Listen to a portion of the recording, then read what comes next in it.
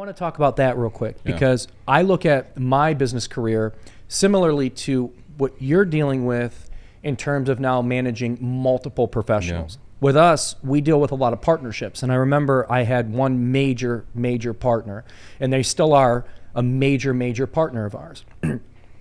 And as I started to add partners, I was worried that they may have a problem with that. But what ended up happening is they benefited from those relationships too in one way, shape, or form of the other in multiple ways. And I believe that benefit now is so crystal clear that we'd rather have somebody working with others so we have additional opportunities, so we have better agents prepared that are working more.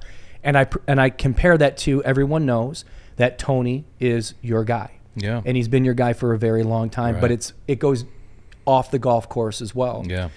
Was it when you started, like take Wyndham, and when he started to come around and you started coaching him, did you have a discussion with Tony about that to make sure that he was okay with that? How did that play out? Yeah, I think these are great questions because I think I like what you said about the better you get at something or the more respect you get, just the more honest the coach can be. I look at it as the people I've coached the best are my kids. I'm telling them exactly what needs to be done, what I think. I still have a way of saying you can't be fired from being dad. Yeah, you can't. But I always tell them I can definitely get fired from being their coach. I know that because I used to work for my dad, and then, things got to where it was probably best for me to work with a different coach, but he was still my dad. But I think the greatest coaches tend to be the most honest, and they'll listen to you if they know you care. And I like what you said about me and Tony are tight off the golf course. I'm tight with Taylor Gooch off the golf course, and same with Wyndham. And so you have to have that personal relationship to where when you're being honest, it's they know it's out of the right, it's coming from the right place. But I think one thing you said about the partners, but I did ask Tony about Wyndham Clark and other guys I added. The only player I didn't ask was Taylor Gooch. It was one of those things. I knew his mentor, and I'd passed up on a couple players because I didn't know if I wanted to add too many players and get overloaded. Because, like I said before, you can only take on so many players if you're going to watch them play golf. Right. Because if I teach 3 or 4 guys on the tour, they're going to be on opposite ends of the draw. Some in the morning, some in the afternoon. I got to at least watch 5 or 6 holes of them each. I like to only have 3 guys and maybe help 4 or 5, a couple other guys that just fly into here to Arizona work with me. But then at the tournament site, I'm just very honest with, hey, if you want to work with me, we're going to do it home because I got to work with these 3 guys that I've been with the longest. There is a loyalty there, but I will say they learn from each other. So you make a good point when you have partners. Like Taylor Gooch wants to be the best in the world. Well, if he's playing practice rounds with Tony Finau, who's been 9th in the world, he's played on 2 Ryder Cups, he's played on a President's Cup, he'll get to play with him and say, okay, all right, Tony's still better at me at this. Dang, I can do this just as good or better than Tony. Right. And they start to push each other and draft off each other. I call it iron sharpens iron, right? The law of competition's great for everybody. Even in practice. Yes, anything. And so I think in that way, you're trying to look for good fits. I'm lucky enough now to know which players I think would be a good fit for the other guys I teach and even for me. And so I have seen that a ton where Tony's benefited from some guys have benefited a ton from being around Tony. Tony's got an unbelievable mental game and emotional game for golf. He can let go of bad shots like immediately, and I think that's rubbed off on some of the guys that are younger that come up and I start coaching and they play the practice rounds with Tony as they say, okay, I get it. I get why he's really good. Not only can he drive it great, hits great iron shots, he's got a well-rounded game, but he's different upstairs in his head. And that's what you need to go from an average, I'm sure, average real estate agent to a great one.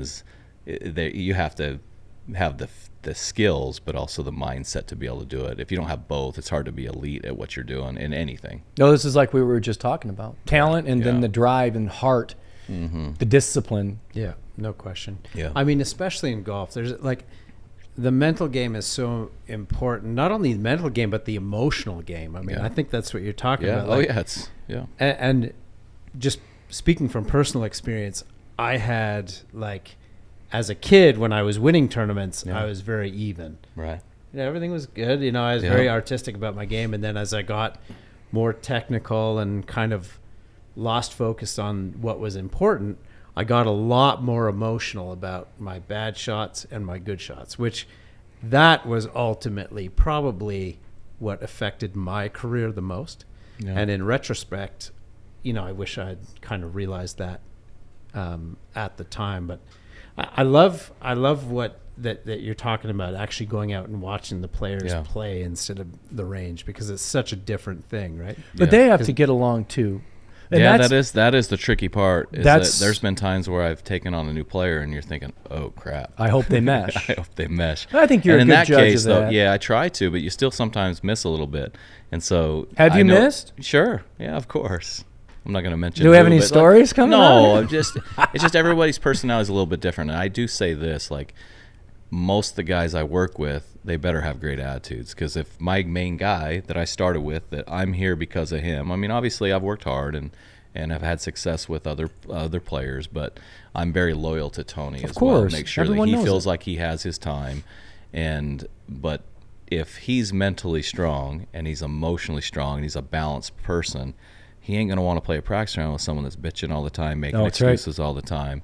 And so would you I say think they that kind of fall in line and know that. Yeah, but do you think that, I mean, it sounds like they all do root for one another. Oh, yeah, for sure. And they get along and whatnot. I look at it from the opposite way, that a lot of people aren't that way. And a lot of people do get jealous. And a lot of people say, well, wait a minute, hold on. And they want the time. Yeah.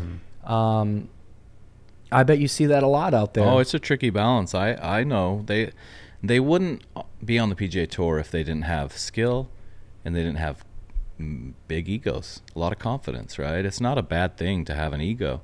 I mean, a lot of the times, to be able to perform and to play at a high level, you got to have that supreme self-confidence. So I've had it where players feel like they should get the same time, and sometimes one player will get more time one week, and sometimes somebody gets a little bit more another week. But I think that it's based on what they need, and I kind of know that. But I work sundown when I'm on the road. I'm going to be there for any player that needs to get the help, and I'm always there available. And I would say it's more setting the expectation. I'm very honest right from the beginning. I'm like, here's the deal. Here's the arrangement we have. This is kind of going to be the pecking order. And if they don't like it, then at least I'm being fair. What I've learned over the years is just be honest from the up front.